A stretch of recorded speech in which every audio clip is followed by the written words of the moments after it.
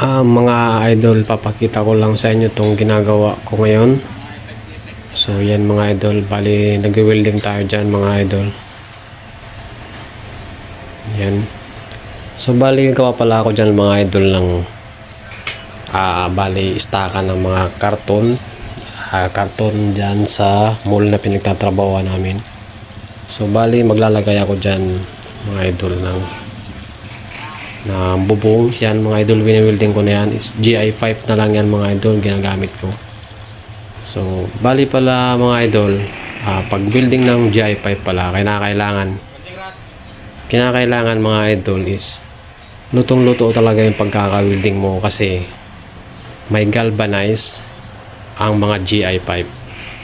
Kailangan talaga mga idol is lutong-luto yung pagkaka-welding nyo dyan. Yung parang tumutunog mga idol. Kung mapapansin mo mga idol, pag welding ko is medyo tinatagalan ko talaga, kasi kinakailangan mga idol lutong-luto yan, kasi ang hirap ipadikit yan mga idol, kasi galvanize yan mga idol, GI5 na yan. So kaya mga idol, mapapansin mo is talagang tinatagalan ko siya. So yan mga idol. Okay na boss. So bali yan mga idol yung kabuuan ng nagawa namin.